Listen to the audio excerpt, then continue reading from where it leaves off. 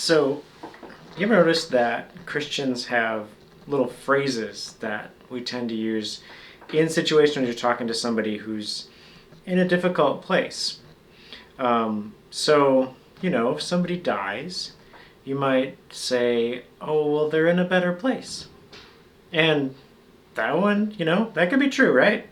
There's other ones with varying degrees of helpfulness. Like maybe you might have heard this one, God's not going to give you anything you can't handle. Well, it's maybe a little bit more problematic.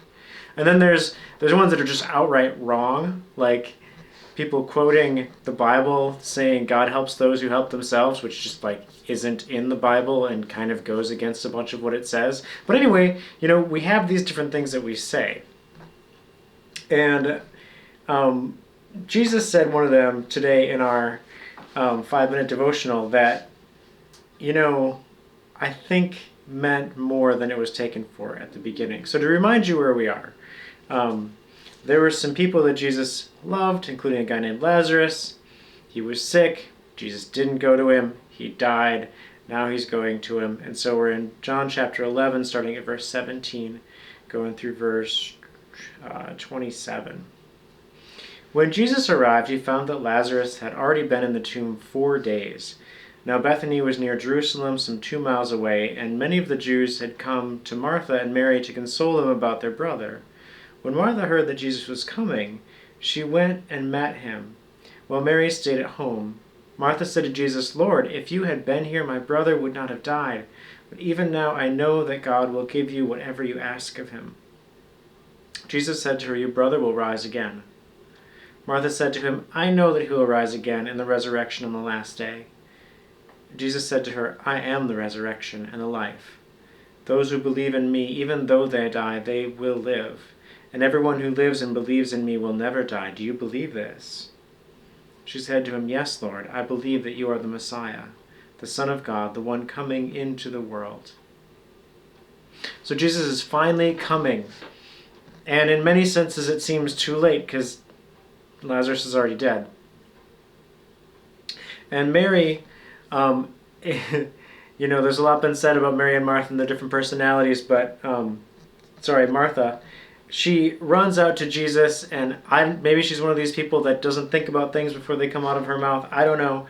She says, if you'd only been here, he wouldn't have died, but still I know God will do whatever you ask. There's sort of the combination of like, what were you thinking, Jesus? Why didn't you come? But even now I'm glad you're here, and please do something. And Jesus says, well, Lazarus will rise again on the last day. And I don't know if that's like a common thing that people said, but it really might have been. And to me, it just sounds like that he's in a better place kind of a thing. Or at least I think that's how Martha might have heard it. Because it seems like she just kind of brushes him off as she's like, yeah, I know, that's what you say. It's a nice thing to say. But Jesus stops her. He's like, no, I'm not just saying the nice thing to say. This is actually true. And even more than that, Jesus saying, I actually am the fulfillment of this thing. I am the resurrection and the life. Not only will your brother rise again, but because of me, he's going to rise again. And those who believe in me will, in some sense, never die. Do you believe this, Martha?